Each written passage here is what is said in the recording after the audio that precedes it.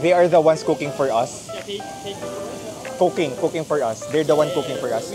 We don't do anything here. Oh my goodness, we just watch. In this K-barbecue restaurant, we just watch, guys. We don't do the cooking. We don't do the cleaning. We just watch. You know that song? Tawa sila sa we don't do the cooking. So this is your favorite. Matchandolwangso gui. Heunde. Thank you. Let's taste the K-barbecue in Busan for the first time. Tender and so good. Charing, food vlogger yan. Tingnan natin ginawa ni Justin. Si Lynn told us is mashi sa'yo. Let's try this. Mashi sa'yo.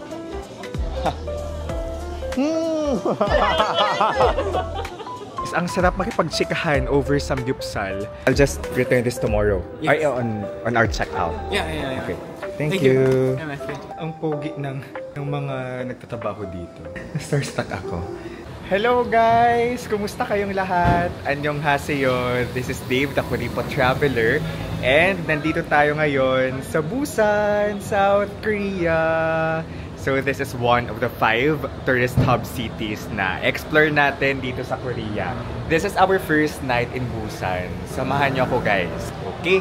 So first, mag-check-in tayo dito sa hotel. So this is a 5-star hotel. This is Grand Joseon, Busan. Malapit sa Haeundae Beach, yung most beautiful beach in Korea. Yan, pag nasa-search ko yung Korea, anong beach yung pinakamaganda, it is the Grand Joseon with 5-star. Let's go! Okay, the breakfast will start at 6:30. Yeah, until 9:45. 6:30, I want you to have 9:45. some breakfast because you're gonna have a surfing, morning yeah. exercise, right? So not like a 9:45 breakfast. Kaja! Sinong malilate kakanta? Medyo nalate tayo ng mga 1 minute, 2 minutes. So, pinapakanta nila tayo guys. Is there an adapter? Adapter for charger there? Adapter, yes, because mine is different. You can Adapter. from front desk too. Okay. Extra connector, right? Yes, wala tayong adapter guys. Bibili lang tayo kung meron ngayon around. Pero so far, humiram-hiram lang tayo sa mga hotel kasi iba yung adapter ng Korea. Okay, I mean iba yung saksakan ng Korea. Sorry? Oh, this. Adapter. Okay, thank you. This is huge.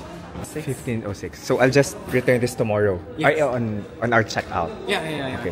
Thank you. MFA. Let's go. Laki naman ng adapter. Tada!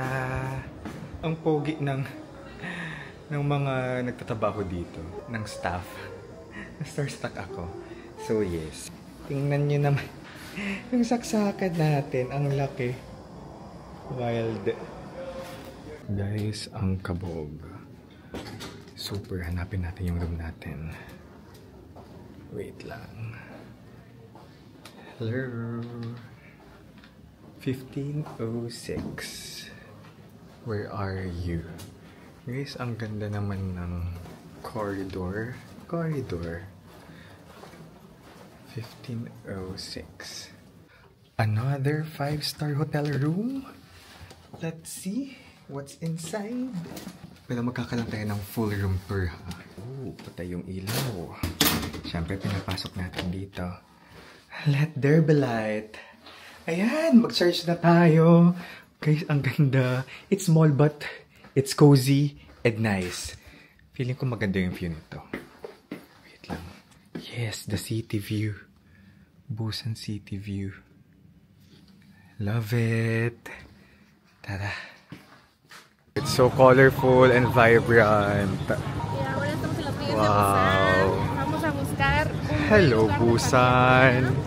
Of course. Sure, I'm excited too. Hi. I mean, estoy muy emocionada. It's Justin's favorite K-barbecue place. Where is it? Just there? Let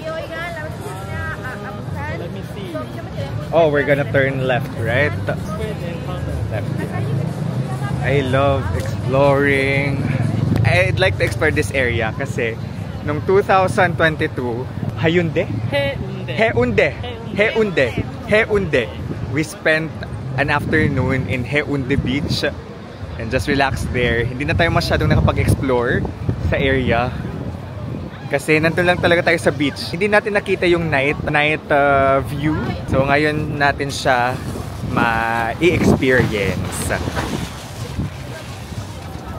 Ayan, the night is young. It's just 7 p.m.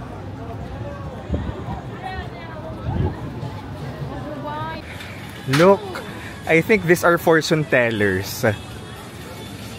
Mga manghuhula. KTO! That's cute. Did you have a reservation? Huh? Did you have a reservation in the K-barbecue place? Reservation means? Reservation reserved. Yeah. Already. Okay. Yeah. By internet.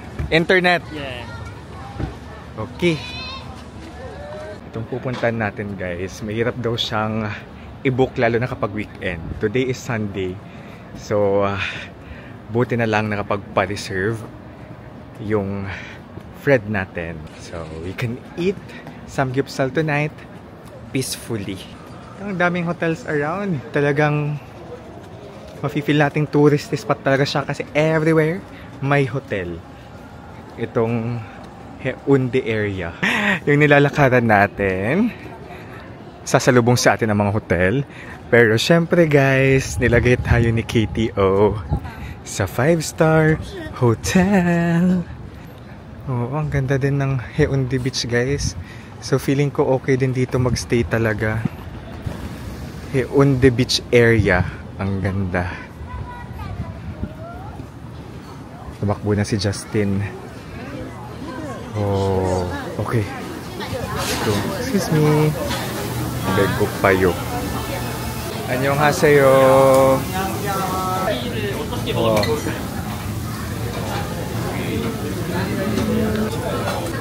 Alright, the meat is here.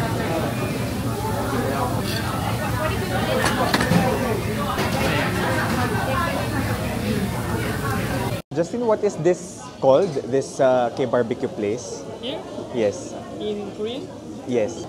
Tinatanong ko yung pangalan guys para at least alam nyo kung saan kayo pwede kumain kapag nasa Busan kayo at nasa... Oh, wait. Oh, so this is your favorite. Matchandolwang Sogum Gui Haeundae. Thank you. So Celine was telling us it's her first time experiencing many people speak different languages at the same time. You know what I've observed? You're very calm. You're very calm. Like, yeah. Because I've observed every one of us has their camera and then you just there, staying there in one corner and then just enjoy your food. Yeah, you're a different soul. Yeah. Alright guys, here we go. Shrimp, baby shrimp. And then pork. And then the side dish, of course, the lettuce. Di tayo nag-rice, magla-lettuce lang tayo. Kasi ayoko mabusog agad. Mahilig ba kayo samgyeopsal, guys? Pag nasa Korea tayo, ginanto ko. Kasi napaka-plain ng mukha ko kung walang glasses. Although ano lang to guys, tawag dito. Radiation glass, ginagamit ko siya pag nag-work ako. Pero syempre para makadagdag ng layer. Naging fashion expert para makadagdag ng layer. Nag-glasses tayo. So yeah, it's always nice to eat samgyeopsal whenever in Korea because we are able to experience the authentic Korean barbecue. So mas feel natin kapag nagki-barbecue tayo dito sa Korea. Mas ramdam natin yung K-barbecue because it's in Korea. So kayo, kung pupunta kayo ng Korea, of course, you have to try it. So ako, isa din sa mga highlight ng Korea trip ko, yung first ever Korea trip ko, nakapag-K-barbecue tayo on our last night. And tonight, we're with my co-K-creators. Where's our Shinmin Ah? Oh, I think she's going somewhere without pork. Ah, okay. Somewhere without pork. Somewhere without pork. Oh, okay. Our friend from Kazakhstan cannot eat pork.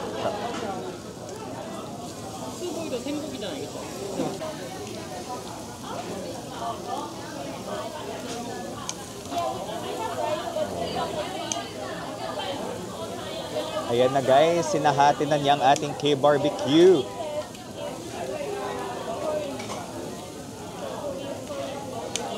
벌써 5개 넣어줘. They are the ones cooking for us. Yeah, take for us. Cooking for us. They're the one cooking for us. We don't do anything here? Oh. Oh, so we just watch. Oh my goodness, we just watch. In this K-barbecue restaurant, we just watch, guys. We don't do the cooking. We don't do the cleaning. We just watch. You know that song? Oh, you know that song. Yes. Yeah, we don't do the cooking. Tawa sila sa we don't do the cooking. We don't do the cleaning. In here, they do the work. And we thank them for that. Kamsahamnida. The soup has arrived. Wow. Tingnan nyo naman guys, may pa-design si Mayor. Is an art. Let's taste the K-barbecue in Busan for the first time.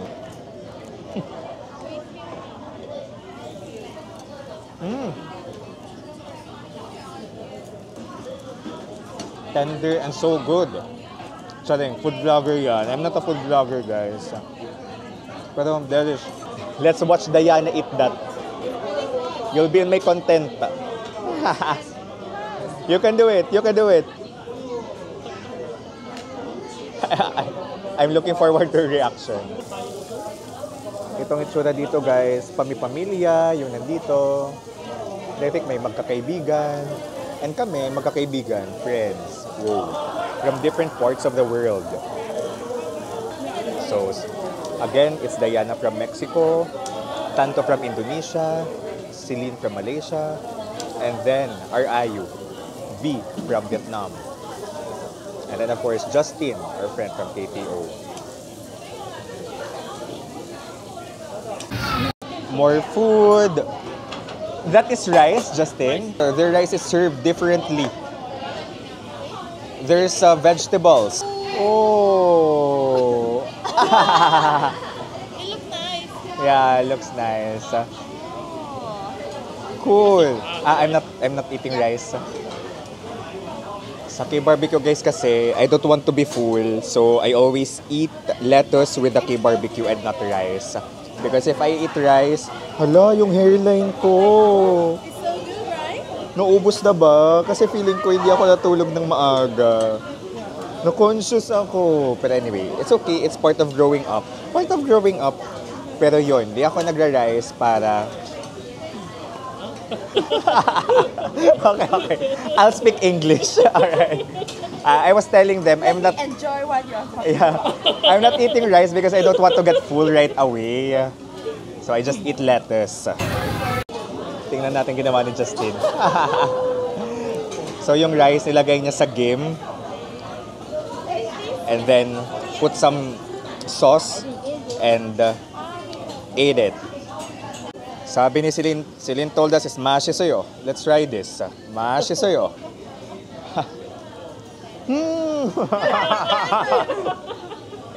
Smash soyo. Yeah, I'm honored Sajangnam because we're with a Sajangnam of a tour company. I mean, Yes. to complete this. Oh, okay. So you have to be faster. I So Justin is the owner of the tour company that we're with right now. It takes a lot of courage to come up with your own company, and they grew it, and they partnered with KTO, you know, sending stuff to different KTO branches, and they told us na he does it. He built a company because he wanted to show the foreigners from all over the world Korea. Then the tour guide, they do the execution. They go with the guests. Yeah. Yes, but this time you went with us. You are going with us. Why? Because I have to see what you guys have to say. How does it work to be with us? Yeah. I want to see the point.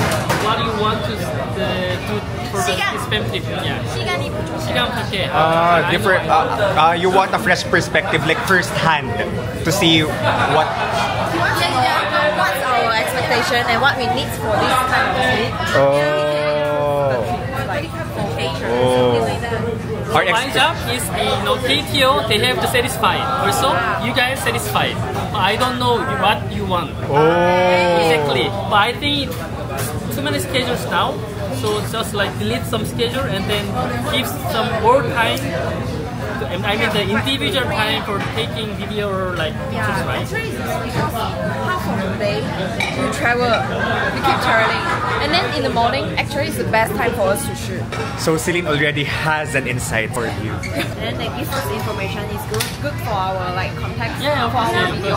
But then if in that case, if we have a full day, like in the morning, maybe 2 hours, yeah, you can listen. Then after that, we get 3-4 hours for us to shoot and then to experience what they talk about. Then that would be great for us and for the video to promote Korea, right? Okay, we're walking again. Sorry. It's okay, no judgment. Filipinos love you. We shared the same struggles under the Spanish colonial period. Mexico. Okay. Mexico, Pilipinas.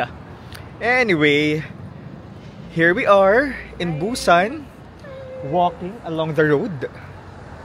And wala na gaanong mga sasakyan. Actually, it's just almost 9 PM.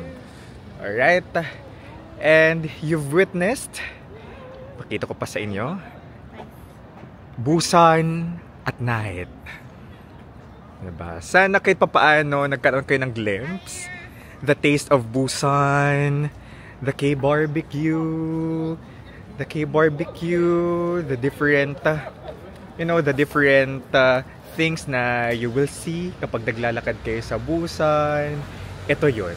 As we speak, ito yun. As 9 PM. Daming hotels. Kanina, may colorful na street tayong dinaanan malapit sa Haeundae Beach. So, feeling ko masarap din talaga maglakad-lakad dito sa Busan. Nung nandito kami ni Megan, nasa Nampo area kami. And kumain lang kami ng street food sa gabi. Yun din, sa Nampo area because the street food culture there is nice. Doon kami nagstay kasi malapit sa train station. Malapit sa Busan Station kung saan kayo sasakay ng... kung saan kayo bababa galing Seoul. From the KTX or yung train to Busan na wala naman talagang zombie. So yun guys, ang sarap makipagtsikahan over samgyupsal with our new friends. This is Dave, the Kuripot Traveler, and let's live our best lives. Bye-bye!